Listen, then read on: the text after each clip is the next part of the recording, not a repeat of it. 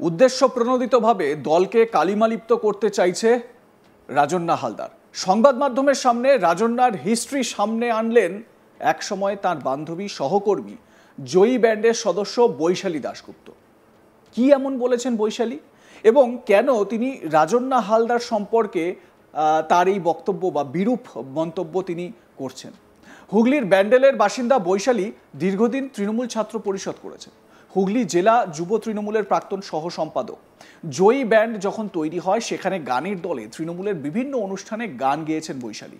রাজন্নার সঙ্গে তখন থেকে তার বন্ধুত্ব, একসঙ্গে কত মঞ্চে গান গাওয়া, কত সময় কাটিয়েছেন দুজনে একসঙ্গে। তাদের দুজনের বন্ধুত্ব ছিল গভীর।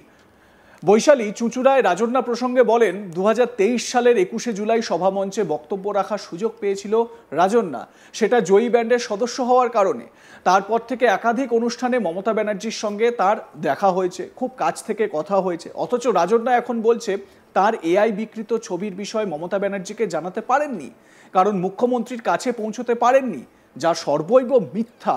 একেবারে মিথ্যা কথা বলে দাগিয়ে দিচ্ছেন বৈশালী দাশগুপ্ত। তার মানে রাজন্না মিথ্যে বলছেন, এ কথাই বলছেন একসময় তার সহকর্মী।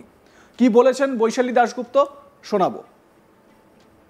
রাজন্না এই মুহূর্তে এই কথাগুলো বলা মানে ঘোলা জলে মাছ ধরা, এবং নিজের রাজনৈতিক অস্তিত্ব সংকটে পড়ে আজকে হয়তো এই কথাটা বলছে। আমার যেটা মনে হচ্ছে, মানে আমি সরাসরি ওর দিকে কোনো তোপ দিচ্ছি না, কিন্তু 2023-এর পরে ও 21শে জুলাই মঞ্চে বক্তব্য রাখার পর থেকেই নাকি আমাদের দলের একাংশ ওর প্রতি একটা ঈর্ষা, তার থেকেই নাকি এই ধরনের ছবি বিকৃত করে সোশ্যাল মিডিয়ায় ওকে হেনস্থা করেছে।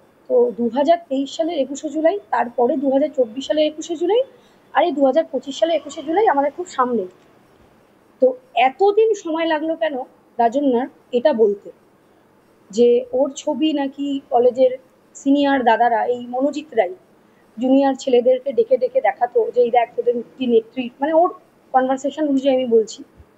তো ও জানতো কারা করছে, ও ওয়েট করলো কেন? আজকে যদি সেদিনই ও এটা প্রোটেস্ট করতো, তো তাহলে আজকে তো মনোজিৎ মানে এই যে কাজটা করলো, এত অব্দি জলটা নাও গড়াতে পারতো। এবং তারপরেও যেটা বলছে যে মমতা বন্দ্যোপাধ্যায় এবং অভিষেক বন্দ্যোপাধ্যায় অব্দি সব খবর পৌঁছয় না, দলের মধ্য অবস্থায় যারা নেতৃত্ব যারা রয়েছেন তারা এই ব্যাপারগুলোকে ঢেকে দেয়। আমি মেনে নিলাম, এটা অন্যদের ক্ষেত্রে এটা খুব প্রাসঙ্গিক যে মমতা বন্দ্যোপাধ্যায় এবং অভিষেক বন্দ্যোপাধ্যায় অব্দি পৌঁছানো সবাই সম্ভব না, সবার কাছেই এটা সম্ভব না। কিন্তু রাজন্যার ক্ষেত্রে ব্যাপারটা কিন্তু সেটা নয়। ও 21শে জুলাই, তারপরে বিগত 28শে আগস্ট, যেটা আমাদের ছাত্র পরিষদের আর কি জন্মদিবস আমরা পালন করি ধর্মতলায়, 28শে আগস্ট, দুটো পরপর 28শে আগস্ট, তারপরে 14ই আগস্ট আমাদের একটা হাজরার মোড়ে আমরা দিদির সাথে অনুষ্ঠান করেছি, দিদির কাছে যেতে পেরেছি। তো বহুবার মমতা বন্দ্যোপাধ্যায় এবং অভিষেক বন্দ্যোপাধ্যায়ের সংস্পর্শে যাওয়ার সুযোগ পেয়েছে। আমি মানলাম অভিষেক দা একজন পুরুষ মানুষ, তাকে হয়তো এই কথাটা উনি বলতে ওনার কোথাও আটকেছে, কিন্তু দিদিকে তো উনি বেশ কয়েকবার মঞ্চ থেকে বা বিভিন্ন রাজনৈতিক মঞ্চ থেকে মিডিয়াতে এসেও বলেছেন দিদিকে উনি মায়ের মতন শ্রদ্ধা করেন, মাকে দেখেন। তো আমরাও তাই দেখি, আমরাও দিদিকে মাতৃস্থানীয় রাখি, মায়ের মতনই দেখি। তো যে দিদিকে মায়ের মতন দেখবে, তা সে তো আগে গিয়ে নিজের এই যে তার ছবি দিয়ে এরকম বিকৃত করা হচ্ছে, একবার কি উনি দিদিকে কথাটা বলতে পারতো না, বা লিখিতভাবেই জানাতে পারতো যে দিদি আমার ছবি দিয়ে এরকম ভাবে বিকৃত করে সোশ্যাল মিডিয়ায় আমাকে হেনস্থা করা হচ্ছে। আমি কিছু নেতৃত্বকে জানিয়েছি, তাদের কাছ থেকে আমি কোনো সুরাহা পাইনি, আমি এটা আমার তরফ থেকে তোমাকে জানালাম। একই সঙ্গে তিনি বলেন, রাজন্না বলছে অনেক মনোজিৎ আছে, আমরা বলছি এক মনোজিতের ভয় দেখিয়ে আগামী প্রজন্মের ছাত্রীদের জুজু দেখানোর চেষ্টা করা হচ্ছে, যাতে তারা মনে করে তৃণমূল ছাত্র পরিষদে এবং তৃণমূলের সহকর্মীদের কাছেই সুরক্ষিত নয় মেয়েরা। বাস্তব সেটা নয়। কে বলছেন? বলছেন টিএমসিপি নেত্রী বৈশালী দাশগুপ্ত। শোনাবো এ বিষয়ে বৈশালী কি বলেছেন। এখন বলার উদ্দেশ্য আমার মনে হয় সেই একটা ব্যাপার আছে না, সে ওই যে প্রথমেই যেটা বললাম ঘোলা জলে মাছ ধরা। ও এটা আগেও করেছে, যখন আমাদের আরজি কর নিয়ে সারা পশ্চিমবাংলা একটা মারাত্মক সৃষ্টি হচ্ছে, দলের দিকে মানুষের একটা আঙুল উঠছে, সেই সময়ও একটা সিনেমা তৈরি করেছিল আরজি কর নিয়ে দলের কাছে পারমিশন না নিয়ে। এবার ওর হাজবেন্ড বারবার বলেছে রাজনীতি আলাদা, মানে রাজনীতি নেত্রী রাজন্না আলাদা, অভিনেত্রী রাজন্না আলাদা, সেটা মানলাম। কিন্তু সাবজেক্টটা যখন এইরকম একটা জায়গায়, সেখানে ও যখন দলের এরকম একটা ভালো জায়গায় রয়েছে, একটা দলের নেতৃত্বের সাথে আলোচনা করে কথা মানে কাজটা করতেই পারতো। সেখানে তার জন্য দল ওকে বহিষ্কার করেছে, সেটাও পদ থেকে, মানে ওর যে পদটা বিলং করতো সেই পদ থেকে। তারপরে এতদিন বাদে আজকে এসে এই মনোজিৎদের নিয়ে কথা বলা, যে মনোজিতের মতন আরো বেশ মনোজিৎ দলে আছে।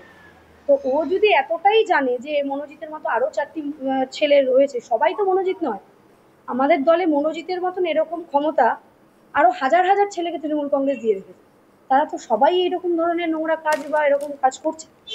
তাহলে ও যখন ওই খোলা আকাশের দিকে একটা ঢিল ছুড়ে দিচ্ছে যে এরকম ছাত্র পরিষদে আরো বহু মনোজিৎ আছে, তাহলে তো যারা ছাত্র পরিষদের ছেলে আছে তাদের সবার দিকে আঙুলটা এভাবে ঘুরছে যে তুমি না হলে তুমি, তুমি না হলে তুমি।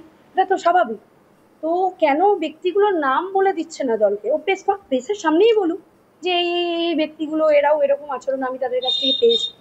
তো এরকম তো এই প্রতিবারই এরকম একটা সিচুয়েশনে ও এরকম একটা সিন ক্রিয়েট করে, এবং দলও সেটা জানে, এর আগেও করেছে, এখনো এটা করছে। এটা কেন করছে সেটা গড নোজ। বৈশালীর দাবি রাজন্যা দলের নামে এইসব বলে কালিমালিপ্ত করছে দলকে। আমরা দীর্ঘদিন দল করছি, অনেক আন্দোলনে রাত জেগেছি, দিল্লি গেছি, সেখানে দলের দাদা ভাই বন্ধুরা পাশে থেকেছে, কখনো মনে হয়নি আমরা মেয়েরা অসুরক্ষিত। কি বলেছেন বৈশালী, শুনুন। আমরা এই সমস্ত করতে গিয়ে দলকে কোথাও গিয়ে একটা কালিমালিপ্ত করছে, এটা আমার মনে হচ্ছে। কারণ আগামী দিনে দেখুন এই তো ছাত্র কলেজগুলোতে আমাদের স্টুডেন্ট ভর্তি শুরু হয়ে গেছে। তো যা স্বভাবতই যারা নতুন জেনারেশন ছাত্র পরিষদ করবে, যাদের কাছে আমরা তৃণমূলের বার্তা নিয়ে যাবো যে তোমরা নিউ কামার হিসেবে আমাদের সাথে জয়েন করো, ছাত্র পরিষদ করো, তো নতুন প্রজন্মকে তৈরি করতে গেলে আমাদের তো একটু অসুবিধা হবে ওর এই বক্তব্যগুলোর জন্য। ও যেটা বলছে যে আমরাই নিজেদের মানে ছেলে সহকর্মীদের কাছে সেট নই।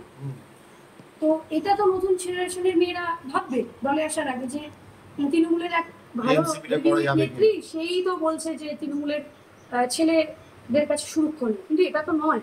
আমি 2012 সাল থেকে ছাত্র পরিষদ করি, এমন অনেক দিন হয়েছে যে রাত্রি বহু রাত হয়েছে যে আমাদের দলের কাজ সেরে রাত্রে বাড়ি ফিরতে হয়েছে। বহু দলের ছেলে সহকর্মী, কেউ ভাইয়ের মতো, কেউ দাদার মতো, কেউ বন্ধুর মতো আমাদের ভীষণ সেফলি বাড়ি পৌঁছে দিয়ে। আমি দিল্লিতে যখন আমাদের দল গিয়ে বিভিন্ন প্রতিবাদ করেছে এই 100 দিনের মনরেগার টাকা নিয়ে, আমি আমার ছেলে সহকর্মীদের সাথে একসাথে ট্রেনে গেছি, ওখানে থেকেছি, তারাই আমাদেরকে সেভ করেছে, কেউ ভাইয়ের মতো, কেউ বন্ধুর মতো। তো আমার তো কখনো মনে হয়নি তৃণমূল ছাত্র পরিষদ করতে এসে বা তৃণমূল করতে এসে যে আমাদের তৃণমূলের ছেলে সহকর্মীদের কাছে আমরা ভীষণ আনসার, সেটা ওর মনে হচ্ছে, এবং সেটা মানে ভীষণ মানে ভেরি ডিসেন্ট মনে হচ্ছে। এতদিন মনে হয়নি। ও বিভিন্ন মানে সংবাদ মাধ্যমে বলছে যে আমি প্রেসিডেন্সি কলেজ থেকে স্কলার পাওয়া একটা ছাত্রী, তো প্রেসিডেন্সি কলেজ থেকে স্কলার পাওয়া একটা ছাত্রী। এবারে আপনাদের মতামত কি আপনারা জানান। যুক্তিযুক্ত গুরুত্বপূর্ণ মতামত আমাদের কাছে কাম্য। দেখতে থাকুন আজ তাক বাংলা, সাবস্ক্রাইব করুন ইউটিউব চ্যানেলটি।